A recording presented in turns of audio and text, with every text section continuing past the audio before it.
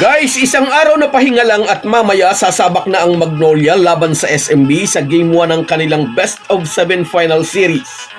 Matagal-tagal na rin hindi nagcha-champion ng Hotshots at gusto nilang putulin na ang 5 years title drought. Ngunit ang tanong, kaya nilang lakdawan ang kupunan ng SMB na pinangungunahan ni Benny Boatwright at Junmar Fajardo. Samantala, may mga tanong tungkol sa inclusion ni Justin Brownlee sa lineup ng Gilas na binuo ni Coach Tim Cone. Oo nga raw at subok na ang husay ni JB32, ngunit nasa kondisyon daw kaya ito, considering na matagal itong hindi nakapaglaro. Yan at marami pang halo-halong topic ang ating pag-uusapan, kaya panoorin nyo ang bidyong ito hanggang dulo. Kung gusto nyong suportahan ang ating channel, please like and subscribe. Sa mga nag-subscribe na, maraming salamat. Malaking bagay po yan sa aming mga vlogger. At sa mga hindi pa, salamat sa inyong panunood. Mga ka-Republic, 2 beses nang pinangunahan ni Justin Brownlee ang Gilas Pilipinas tungo sa tagumpay. Ang unay sa Cambodia SEA Games at ang pangalawa sa Hangzhou Asian Games. Kaya naman hindi na dapat pagtakhan na nang magdesisyon si Tim Cone kung sino ang kukuhaning naturalized player para sa Gilas, ay 3 pangalan lang ang kanyang kinonsider. Number 1 si Brownlee, number 2 si Justin, at number 3 si JB32. At very obvious naman ang dahilan. Sabi nga ni SMC Sports Director Al Francis Chua, si Justin Brownlee ang perfect naturalized player for Gilas. Ano ba ang eksaktong sinabi ni Boss Al tungkol kay JB32? Kaya niyang pagalingin yung dementia. Because namamasa si Justin eh. He's a team player. You know, he understands basketball. Alam niya kung kailan siya shoot. Alam niya kung kailan. Kita ba yung sa China? Teka muna, ako na to. Di ba?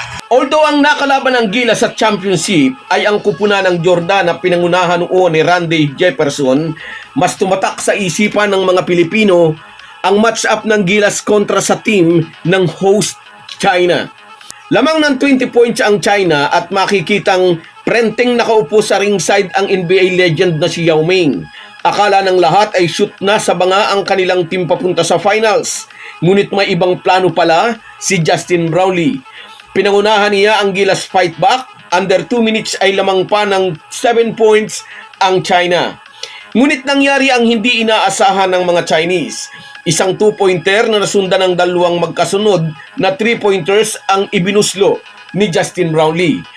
Kung inyong naaalala, sabi nga ni Al Francis Chua, saka lang daw nag-take charge si Justin Brownlee nang makitang delikado ang lagay ng Gilas. Nag-o-orchestrate lang muna siya ng play, namamasa, playing decoy. Ang kagandahan daw kay Justin Brownlee, namamasa. Teka lang, nagpaparinig ba si Al Francis Chua? May kilala ba kayong Gilas naturalized player na hindi namamasa? Anyway, heto ang isa pang concern ng ibang basketball fans tungkol kay Justin Brownlee. At present daw ay 35 years old na si JB32. Kung plano ni Coach Tim Cone na mag-stay ito sa Gilas sa loob ng 4 na taon, ibig sabihin ay magiging 39 years old na ito by the year 2028. Kaya pa rin daw kaya nitong maglaro ng high level sa ganoong edad? Hindi po natin yan masasagot ng diretsyo. Hindi natin masasagot ng tiyak. Walang nakatitiyak kung ganoon pa rin siya kagaling after 4 years. Pero maraming players ang nakapaglalaro pa rin ng competitive basketball sa ganyang edad.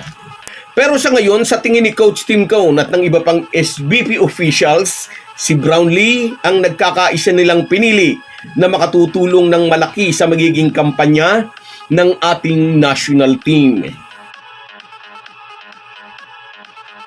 Samantala, mamaya ay magsisimula na ang Commissioner's Cup Finals. Kahit sisters team ay exciting pa rin ang magiging sagupaan ng SMB at Magnolia. Sisikapin ni Coach George Gallant na makasungkit ng kanyang unang PBA title bilang head coach, samantalang gusto namang tapusin ni Chito Victorero ang 5 years title drought ng Magnolia. Dapat ay sa linggo pa, February 4, ang start ng final series. Pero kasama ito sa sakripisyong gagawin ng PBA para sa bagong kupunan ng Gilas ni Coach Tim Cone. Ia-adjust din ang opening ng Philippine Cup sa February 28 sa halip na sa March 3.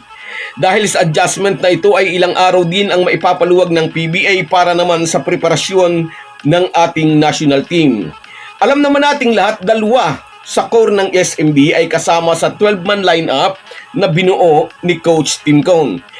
Anyways, mamaya nga po ay simula na ng banggaan sa finals. SMB versus Magnolia, Boatwright versus Bay, Junmar Fajardo versus Ian Sanggalang.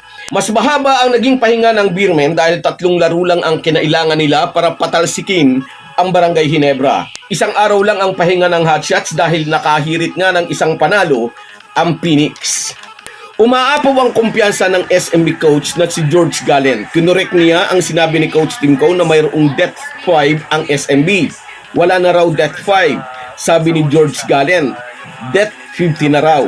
Sa iba, ito'y isang pagyayabang. Pero para naman sa mga SMB fans, ang sinabi ni George Gallen ay simpleng pahayag lang na ang ibig sabihin ay mahuhusay lahat ang kanyang 15 players. Na totoo naman, kahit sino sa 15-man lineup ng SMB ay pwedeng maging starting 5. Kaya nga hinuhulaan makukuha ng SMB ang corona ngayong Commissioner's Cup. Ngunit hindi basta-basta papayag ang Magnolia. Ang Hotshots ay mayroon ding mahusay na import sa katauhan ni Tyler Bay na nag-a-average ng almost 27 points at 14 boards per game. Ang malaking problema lang ng Hotshots, haharap sila sa isang team na parang may 2 import. Si Benny Boatwright ang una at isang higanting Cebuano ang pangalawa. Napakadalang ng pagkakataong natatalo ang SMB sa isang series basta healthy si Junmar Fajardo. Pero sabi nga, bilog ang bola. So guys, yan lang muna. Hanggang sa muli. Bago tayo magpaalam, may imekos-mekos na natin ang ating shoutout. Shoutout kina Rudy Labarda, Lucero Neil Bantog, Estrella Mercurio, Jane Manankil, Gina Gahul, Salvador Gidito, Joms Rebojas, Nonito Bisona, at si Rudy Labarda. Kahit gaano po tayo kabisi ay huwag po nating kalimutan ang ating buhay espiritual. Lagi po tayong magpasalamat sa bawat araw na dagdag sa ating buhay. Malaki po ang maitutulong ng pananalangin araw-araw. Isang paalala po mula sa inyong Halo Halo Sports Republic.